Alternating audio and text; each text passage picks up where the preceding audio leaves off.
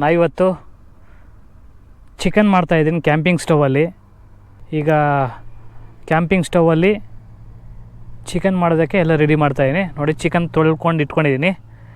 ಈರುಳ್ಳಿ, ಮೆಣಸಿನ್ಕಾಯಿ ಮತ್ತು ಟೊಮೆಟೊ ಕಟ್ ಮಾಡ್ಕೊಂಡಿದ್ದೀನಿ. ಮತ್ತು ಮಸಾಲ ಐಟಮ್ ಎಲ್ಲ ಓಪನ್ ಮಾಡ್ಕೊಂಡಿದ್ದೀನಿ. ಈಗ ಮ್ಯಾರಿನೇಟ್ ಮಾಡ್ತೀನಿ. ಫಸ್ಟು ಆಯಿಲ್ ಹಾಕ್ಕೊಳ್ತಾಯಿದ್ದೀನಿ. ನನಗೆ ಮಾಡೋದಕ್ಕೆ ಬರೋಲ್ಲ, ನನಗೆ ಗೊತ್ತಿರೋಷ್ಟು ಟ್ರೈ ಮಾಡ್ತಾಯಿದ್ದೀನಿ. ತುಂಬ ದಿವಸ ಆಯ್ತು ನಾನ್ ವೆಜ್ ತಿಂದು, ಅದಕ್ಕೆ ಇವತ್ತು ಮಾಡೋದಕ್ಕೆ ಟ್ರೈ ಮಾಡ್ತಾಯಿದ್ದೀನಿ. First oil ಹಾಕ್ಕೊಳ್ತಾಯಿದ್ದೀನಿ. ಆಯಿಲ್ ಜಾಸ್ತಿ ಹಾಕ್ಕೊಂಡ್ರೆ ಮತ್ತೆ ಪ್ರಾಬ್ಲಮ್ ಆಗ್ಬಿಡುತ್ತೆ. ಮತ್ತು ಟೊಮೆಟೊ ಮತ್ತು ಈರುಳ್ಳಿ, ಮೆಣಸಿನ್ಕಾಯಿ. ಏಕೆಂದರೆ ನನ್ನ ಹತ್ರ ದೊಡ್ಡ ದೊಡ್ಡ ಪಾತ್ರೆ ಇಲ್ಲ, ಅದರಿಂದ ಖಾರ ಕಡಿಮೆನೇ ಇರಲಿ. ಯಾಕಂದರೆ ಮೆಣಸಿನ್ಕಾಯಿ ಒಂದು 3 ಹಾಕಿದ್ದೀನಿ. ಮತ್ತು ಜಿಂಜರ್ ಗಾರ್ಲಿಕ್ ಪೇಸ್ಟ್ ಒಂದು ಪ್ಯಾಕೆಟು.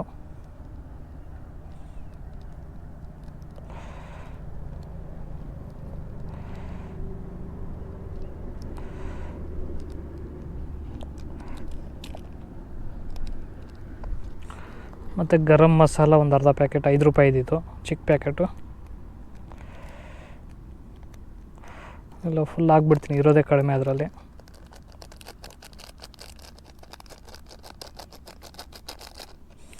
ನೆಕ್ಸ್ಟು ಚಿಕನ್ ಮಸಾಲ ಈಗ ಒಂದು ಅರ್ಧ ಹಾಕ್ಕೊಳ್ತೀನಿ, ಆಮೇಲೆ ಒಂದು ಅರ್ಧ ಹಾಕ್ತೀನಿ. ಅದು ಸಣ್ಣ ಪ್ಯಾಕೆಟ್, 5 ರೂಪಾಯಿ ಪ್ಯಾಕೆಟು. ಮತ್ತು ಉಪ್ಪು ಕಡಿಮೆ ಹಾಕ್ತಾಯಿದ್ದೀನಿ, ನನಗೆ ಗೊತ್ತಿಲ್ಲ ಎಷ್ಟಾಗಬೇಕು ಅಂತ. ಆಮೇಲೆ ನೋಡಿಕೊಂಡು ಸಾಕಾಗಿಲ್ಲ ಅಂದರೆ ಇನ್ನೊಂದು ಸಲ ಹಾಕ್ಕೊಳ್ತೀನಿ.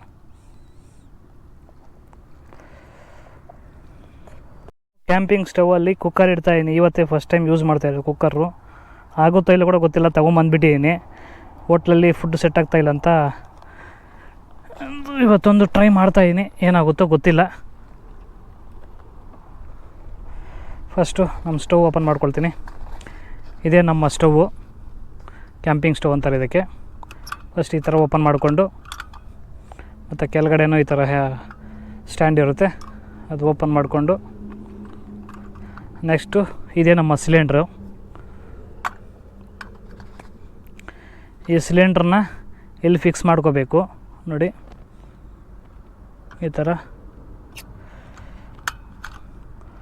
ಸ್ವಲ್ಪ ಲೂಸ್ ಆಗಿಬಿಟ್ಟಿದೆ. ಮತ್ತು ಈ ಥರ ತಿರ್ಸ್ಕೊಂಡು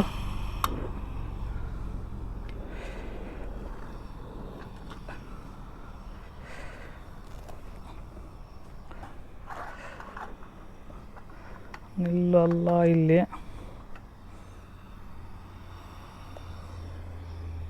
ಎಲ್ಲ ಮಸಾಲೆ ಎಲ್ಲ ಮಿಕ್ಸ್ ಮಾಡಿ ಇಟ್ಟಿದ್ದೀನಿ ಮ್ಯಾರಿನೇಟ್ ಆಗೋದಕ್ಕೆ. ಈಗ ಕುಕ್ಕರಲ್ಲಿ ಫಸ್ಟ್ ಟೈಮ್ ಕುಕ್ಕರ್ ಯೂಸ್ ಮಾಡ್ತಾ ಇರೋದು ಕ್ಯಾಂಪಿಂಗ್ ಸ್ಟವ್ ಮೇಲೆ. ರೈಸ್ಗೆ ಇಟ್ಟಿದ್ದೀನಿ. ಫಸ್ಟ್ ರೈಸ್ ಮಾಡ್ಕೊಂಡು, ಯಾಕಂದರೆ ನನ್ನ ಹತ್ರ ಬೇರೆ ಪಾತ್ರೆ ಇಲ್ಲ. ರೈಸ್ ಮಾಡ್ಕೊಂಡು ರೈಸ್ನ ಇದರ ಬೇರೆ ಸಣ್ಣ ಪಾತ್ರೆಯಲ್ಲಿ ಶಿಫ್ಟ್ ಮಾಡಿಕೊಂಡು ಮತ್ತೆ ಚಿಕನ್ ಅದರಲ್ಲಿ ಬೇಯಿಸ್ಕೊಳ್ತೀನಿ.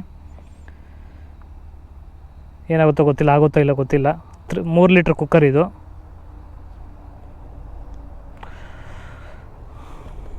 ಫೈನಲಿ ಕುಕ್ಕರಲ್ಲಿ ರೈಸ್ ಆಗಿತ್ತು. ಈಗ ಚಿಕನ್ ಇಟ್ಟಿದ್ದೀನಿ. ಅದು ಸ್ವಲ್ಪ ತಣ್ಣಗಾದ ಮೇಲೆ ಅದರಲ್ಲಿರೋ ರೈಸ್ನ ಶಿಫ್ಟ್ ಮಾಡಿಕೊಂಡು ಮತ್ತೆ ಇದನ್ನ ಅದಕ್ಕೆ ಶಿಫ್ಟ್ ಮಾಡಬೇಕು. ಟೈಮ್ ವೇಸ್ಟ್ ಮಾಡೋದು ಬೇಡ ಅಂದ್ಬಿಟ್ಟು ಈಗ ಇದ್ರಲ್ಲಿ ಸ್ವಲ್ಪ ಬೇಯ್ತಾ ಇಲ್ಲ ಅಂತ ಇದರಲ್ಲೇ ಇಟ್ಟಿದ್ದೀನಿ. ಈಗ ಎಲ್ಲ ಟೊಮೆಟೊ, ಈರುಳ್ಳಿ ಮತ್ತು ಮಸಾಲೆ ಎಲ್ಲ ಮಿಕ್ಸ್ ಮಾಡಿ ಮ್ಯಾಗ್ರಿಗೇಟ್ ಮಾಡಿ ಇಟ್ಟಿದ್ದೆ ಸ್ವಲ್ಪ ಹೊತ್ತು. ಮತ್ತು ನೀರೇನು ಹಾಕಿಲ್ಲ, ಚಿಕನ್ ತೊಳೆದಿರ್ತೀವಲ್ಲ ಅದರಲ್ಲಿ ಸ್ವಲ್ಪ ನೀರಿರುತ್ತೆ. ಅದೇ ಸ್ವಲ್ಪ ಬಾಯ್ಲ್ ಆದಮೇಲೆ ಫುಲ್ ಡ್ರೈ ಆದಮೇಲೆ ಆಮೇಲೆ ಸ್ವಲ್ಪ ನೀರು ಹಾಕ್ತೀನಿ. ನನಗೆ ಗೊತ್ತಿರೋ ಸ್ಟೈಲಲ್ಲಿ ಮಾಡ್ತಾಯಿದ್ದೀನಿ, ಹೆಂಗಿರೋದಂತೂ ಗೊತ್ತಿಲ್ಲ. ಒಟ್ಟಿನಲ್ಲಿ ನೋಡೋಣ ಏನಾಗುತ್ತೆ ಅಂತ. ಚಿಕನ್ ರೆಡಿಯಾಗಿದೆ, ಟೇಸ್ಟು ಸೂಪರಾಗಿದೆ. ಮತ್ತು ರೈಸು ದೊಡ್ಡ ಬೋಲ್ ಇಲ್ಲ, ಅದಕ್ಕೆ ಇದರಲ್ಲಿ ಸಣ್ಣ ಪಾತ್ರೆಯಲ್ಲಿ ತೆಗೆದು ಇಟ್ಟಿದ್ದೀನಿ. ನೀರು ಸ್ವಲ್ಪ ಜಾಸ್ತಿ ಆಗಿಬಿಟ್ಟಿತ್ತು ರೈಸ್ಗೆ. ಈಗ ರೆಡಿಯಾಗಿದೆ, ಈಗ ಊಟ ಮಾಡೋದಷ್ಟೇ. ಫೈನಲಿ ಚಿಕನ್ ರೆಡಿ ಆಯಿತು. ಈಗ ಸರ್ವ್ ಮಾಡಿಕೊಂಡು ತಿಂತಾಯಿದ್ದೀನಿ. ತಿನ್ನಬೇಕೀಗ. ಪ್ಲೇಟನ್ನು ದೊಡ್ಡದಿಲ್ಲ. Wow, super. ಫೈನಲಿ ಸಕ್ಸಸ್ ಆಗಿದೆ.